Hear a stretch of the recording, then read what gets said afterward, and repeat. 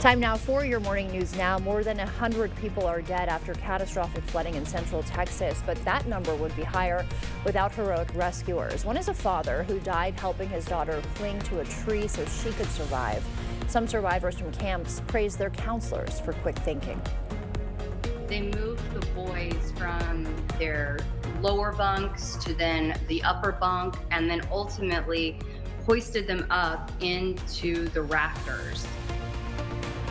One Coast Guard swimmer says he gave up his spot in a helicopter to fit more children from Camp Mystic.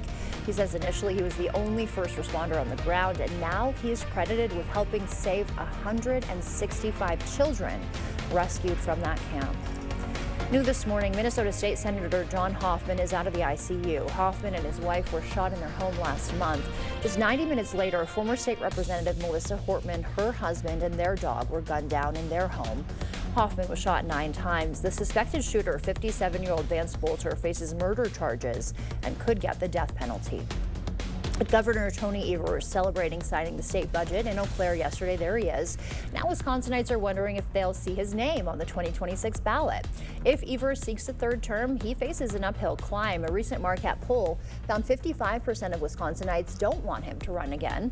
Political science professor Anthony Chergosky says the recent state budget will factor heavily into his decision.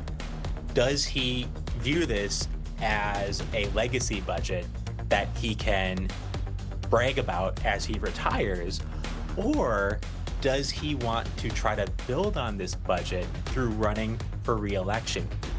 Chergosky says it's a toss-up. He could run because Democrats could take control of the Senate, but his age could lead him to pass the torch.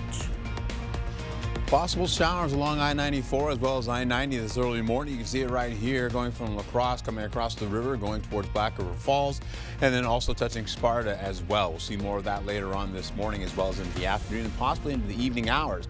Maybe about a ½ an inch or less in the forecast, maybe down to the south. We could see maybe 1.5 inches or so as you get into Winona.